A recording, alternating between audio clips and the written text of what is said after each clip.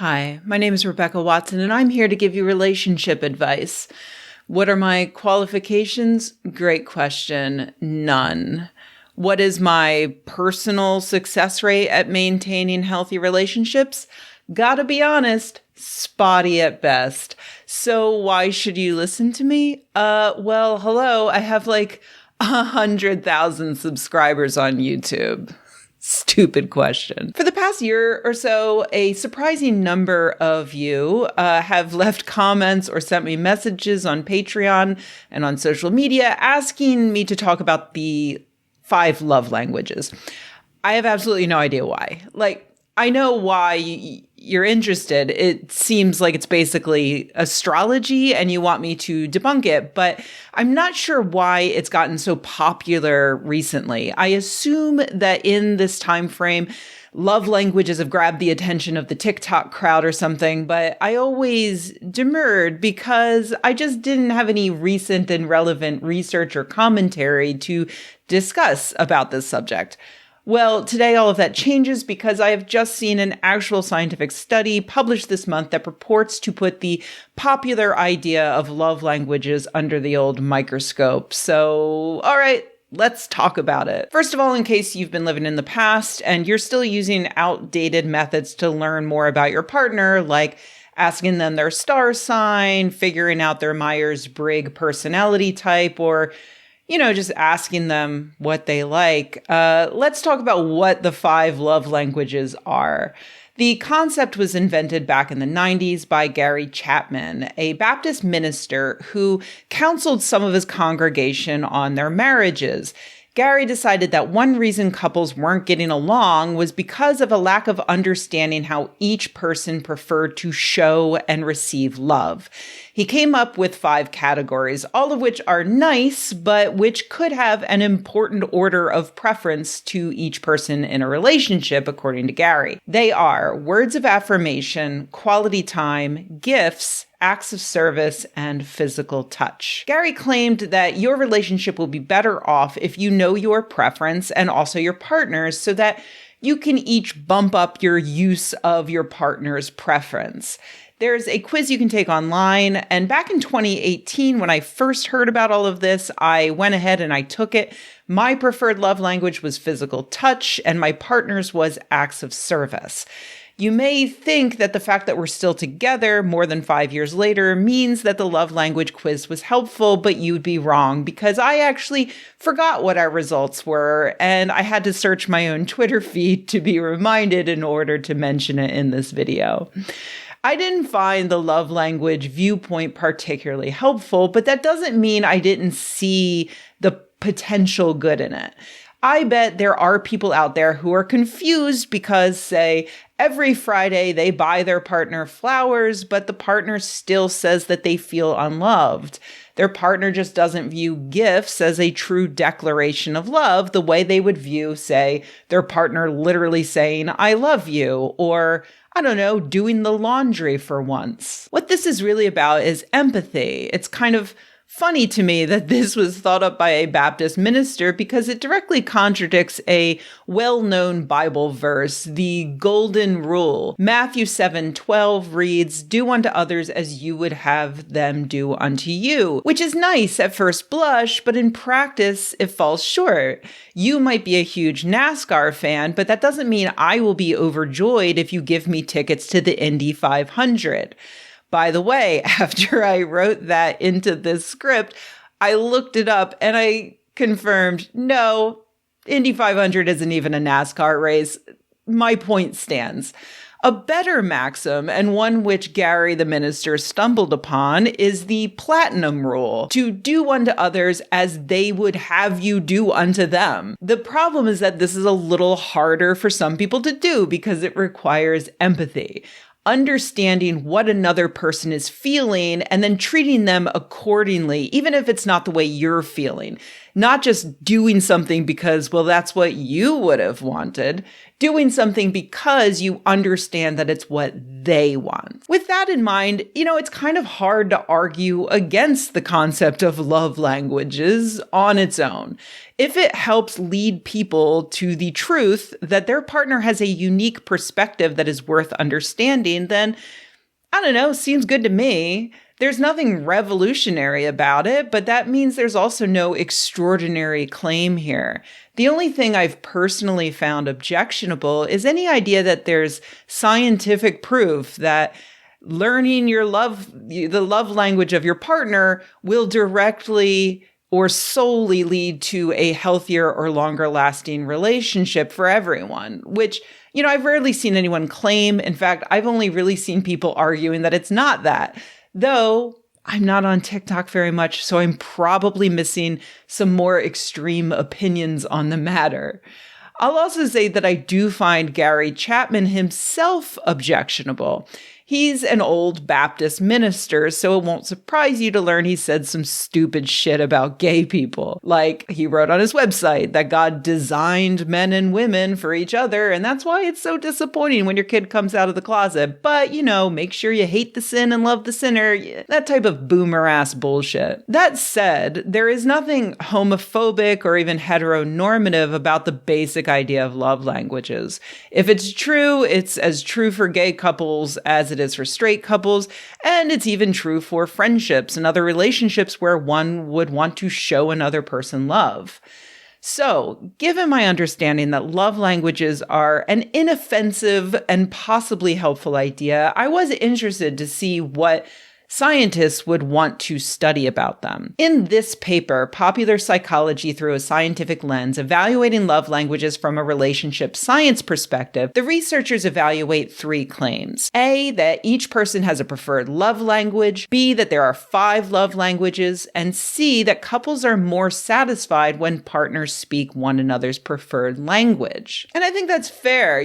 While no relationship advice is ever going to be universal, it is worth scientifically studying different therapies and see how well they work in a broader population. And if they're not good for the majority, then figuring out exactly who would benefit from this sort of advice.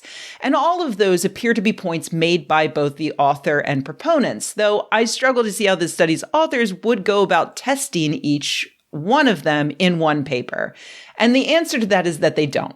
This paper doesn't actually offer any new research. It is instead a review of existing literature that addresses each of these questions, which is also fine. I love a good systematic review.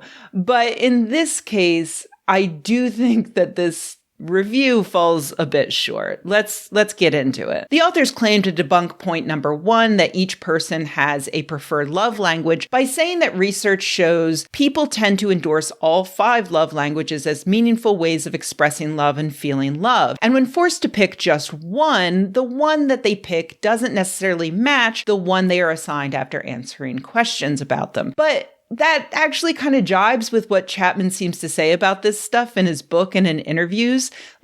All of the love languages are things people tend to like. Very few people in the world would say that their love language is their partner making snide remarks about their weight or secretly stealing items and then pretending to not know where they are.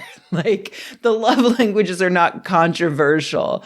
And honestly, when I took the test myself, I did find myself downplaying how much I enjoy getting gifts, because who the fuck wants to be the person whose love language is money, please? Oh, no, there's no money. Oh, my bad. No problem. Oh, okay. That's fine. I'll just destroy this office. Nobody wants to be shallow.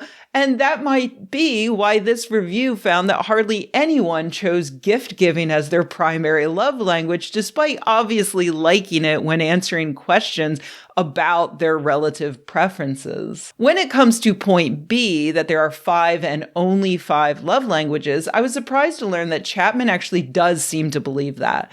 Like, he told the New York Times a few years ago, I've seen some of those referring to jokes, like the 6th love language is tacos, and one guy said the 6th love language is chocolate. Well, if they bought it, it's a gift. If they made it, it's an act of service. I'm not dogmatic, but I think most of the ways of expressing love fit into one of these 5. And this is one of those things that honestly, it's kind of like religion, where you can't really test it scientifically because the proponent will always weasel their way around it like that. So how did this paper account for that? They didn't. They bring up a few examples of ways to express love that they don't feel are represented by the 5 love languages, like support for a partner's autonomy or personal goals outside of the relationship. But we can really just easily apply Chapman's own clearly stated rebuttal to this. How do you support your partner's autonomy or personal goals? Do you gift them classes at the local community college? Do you use your words to affirm their independence? Do you use physical touch to shove them out the door of the airplane on their first skydiving lesson? Be specific. Got ya. You've just named one of the existing 5 love languages. And for the third point, that couples are more satisfied when partners speak one another's preferred language, the evidence presented against that is pretty thin. The authors point out that there have been a few studies on couples who claim to share the same love language, and that none of those found empirical support that couples in which partners match versus mismatch in their primary love language report higher relationship satisfaction. But later on, the same authors write, existing research on matching in other domains, such as conflict or language styles, has demonstrated that matching is not uniformly associated with positive outcomes, and the implications of matching depend on specific forms or contexts of the interaction. So matching love languages doesn't result in higher satisfaction, but neither does matching in any other more important things. So okay, cool, thanks. Learned nothing there. The authors point out that studies show that when people think their partners are making an effort to speak their love language, they report greater satisfaction than otherwise. That seems pretty damning to their hypothesis, but they write, it is possible that receiving expressions of love in any form could have relationship benefits regardless of a person's preferences. But when you click through to the study they cited, that isn't true. Those researchers asked people in committed relationships, both hetero and same-sex, to take the love language test to identify their primary language, and then they had them score how well they thought their partners showed each of the 5 love languages. The respondents who said that their partners excelled at the same love language that they happened to get in the test were more satisfied in their relationships than the people whose partners may have been good at showing love in other ways, but not their preferred way according to that test. And by the way, that study found no difference between gay and straight couples. I'm sure much to the chagrin of the people who dismissed the idea of love languages because Gary Chapman is a bigot. And also to the chagrin of Gary Chapman himself, who would probably prefer those same-sex couples just break up already. Did that study show overwhelming evidence that speaking your partner's love language will help your relationship? No. But it does adequately combat the researchers' hypothesis in this new paper, in my opinion. So it's weird to me that this paper has basically no meat on its bones, but it got published in a journal, and it even got this glowing, credulous write-up in the Washington Post. And it made me really wonder why. Oh, you know what? I forgot to continue scrolling down past the debunking of those 3 main points in the hypothesis. So let's see, what do we have here? Insights from relationship science, love as a nutritionally balanced diet. Oh my God. We suggest that the love languages metaphor could be replaced with another simple, intuitive metaphor. The process of maintaining successful, loving relationships is akin to keeping a healthy, balanced diet. Okay, I'm going to stop the authors right there. I appreciate the effort to come up with a competing metaphor that might also easily be spun into a national pop psychology airport convenience store bestseller. But maybe it's not the best idea to encourage a Western audience to treat the relationship the same way we treat our diets, because our diets are terrible. Like, if this idea catches on, we're all going to end up with relationship scurvy. Whatever the love equivalent of hot Cheetos is, that's what we would subsist on. Anyway, moving on. Whereas Chapman's language metaphor implies that people can feel love only when their partner speaks their love language, note from me, love languages do not imply that at all. The healthy diet metaphor suggests that people need multiple essential nutrients to maintain satisfying relationships. Although people can certainly stay alive if they consume only some ingredients, for example, carbs, we ultimately need all key nutritional ingredients like carbs, protein, fat, vitamins, minerals to be in the best state of health. Likewise, although people might be able to successfully maintain their relationships even if they are missing a particular ingredient, e.g. lack of physical touch in long-distance relationships, the best relationships will be the ones in which partners spend time together, express appreciation, show affection, help and support each other, and make each other feel special, which is presumably the intention behind gifts. Among other behaviors, e.g. support for personal goals and autonomy not captured in Chapman's 5 love languages. This metaphor is so tortured that I have actually taken the time to report these authors to the International Court of Justice. But as they carefully review that case, I want to point out that there is absolutely no reason for this to be in this paper. Like, yes, often authors will suggest how their work might lead to improvements in certain areas as part of their research, but this nutrition idea is just pulled completely out of thin air with no real explanation or support. Like, if you're proposing that this framework somehow replace love languages, you're going to have to do a whole separate paper to explain why. Like, how is making my partner feel special the protein of a healthy relationship? Or is it the carbs? Sorry, it's a bit unclear whether giving my partners gifts would give our relationship more strength or more energy. Or if it's more like fiber, which part of a healthy relationship helps the relationship poop on the regular? I need to know this information in order to properly evaluate this framework. Because ultimately, who are these researchers to say that those attributes plus other behaviors they don't bother to list in full are the necessary ingredients for the best relationships? They've basically just used a ham-handed metaphor to say the best relationships are the ones that are great relationships. They have as much evidence for what they've said as Chapman did when he wrote his book, but at least Chapman's idea was catchy and detailed enough to actually be useful to people. I know that all of this is going to be a bit disappointing for many of you who were probably expecting me to come in swinging against love languages, because it does kind of seem like they're being used as horoscopes for people who think they're too smart for horoscopes. And it would be stupid if someone used a potential partner's preferred love language to reject them out of hand, or to make assumptions about a person because they prefer one love language to another, or to assume that because X is a person's love language, they can't possibly experience the feeling of being loved in any of these other 4 ways. But outside of those extremes, I honestly think that this is just a simplified way to get people to think empathetically about the people around them. And ultimately, I think that's a good thing. I often think back to one of the first relationship rules I remember hearing as an adult that impacted me. And it came from a therapist. I think I heard it on NPR, that one of the easiest ways to tell if a relationship was going to last was if any person in that relationship expressed contempt. And I still remember the example I heard along with it. A couple was in this guy's office for marriage counseling, and the husband, who was an avid bird watcher, looked out the window and pointed out a really cool bird in the tree outside. And instead of looking, the wife just rolled her eyes and changed the subject. Contempt could be expressed as that eye roll or sarcasm or jokingly putting down a partner. And that's all stuff that was basically my primary form of communication in my early 20s, being cooler and funnier and more interesting than everyone else. And my relationships at the time suffered for it. I was an asshole. My partner was an asshole. We would pass off our insults to each other as banter. And when I remember breaking up with one particular asshole, and when we broke up, all of our mutual friends were like, wow, finally.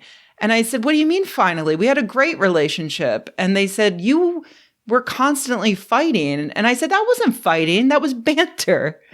And then looking back, I realized like, oh no, that was actually really toxic. So once I heard that thing about contempt, I actively stopped myself from doing it. It took a long time. I'm still not perfect, but I did eventually stop doing things like rolling my eyes because I thought that what my partner was saying was stupid or not worth my time. And along with stopping the actions, I changed the thinking behind those actions. Why was I feeling so superior? Why wasn't I taking an active interest in my partner's interests, even though I didn't initially find them interesting? Why was I only able to joke around in ways in which I put my partner down? And when researching this video, I decided to finally see if that contempt thing was based on any science. I found that the popularity of this idea likely originated with a psychologist named Dr. John Gottman, who, together with his wife, his third wife, runs the Gottman Institute, which helps train therapists in supposedly science-based techniques. As such, he does have many studies supporting his hypothesis that contempt, along with the other four horsemen of impending divorce, criticism, defensiveness, and stonewalling, inevitably lead to the failure of many relationships. While he does have research suggesting this, it's worth noting that a study in 2010 found that using Gottman's marriage strengthening techniques in general had no positive impact, and in one case had negative effects on couples' relationships. So, maybe he wasn't right for everyone. Does that mean that I would have been better off had I never stopped to consider how contemptuous I was being with my partners? No, of course not, because whether or not contempt really is the key to fixing most relationships, it was an integral problem in my relationships because it was an integral problem with me. Did I make the very next relationship after I learned that last forever? No, because some relationships shouldn't last forever. Sometimes a healthy relationship has a natural conclusion that isn't the death of one partner or the other, or both at the same time, romantic Romeo and Juliet-like. And sometimes a relationship can't be healthy no matter how much one person tries because it takes both people to try, or all the people if you're in a polycule. I don't want to leave you guys out. But yeah, I did drag at least one relationship on for years, believing that if I just tried harder, I could make it better, until I finally realized that my partner just wasn't even trying to meet me a quarter of the way. I could still be in that relationship today, and we would probably be considered a success for being together for more than a decade and putting on a happy face in public, but I would still be miserable. All of this is to say that if the idea of love languages or the four horsemen of marriage or, God help me, even love as a nutritionally balanced diet gets you to examine yourself and your relationship with your partner in a way that leads to positive, healthy change for both you and your relationship, then it's a good thing. But there will never be an easy worksheet to follow that's going to tell you how to be happy in this life. You are complicated, your partner or potential partner is complicated, and the way you interact will necessarily be complicated. There is no cheat sheet. In my experience, the best you can do is assume that there's going to be conflict and difficult times, work as a team to get through it together, and communicate as openly and honestly as your fucked up childhood scars allow you. When you need help, find a therapist you can trust. Maybe one with more education and less homophobia than Gary Chapman. And at the end of the day, know that a relationship that ends isn't necessarily a failure if it brought you joy and left you with lessons learned about yourself and others.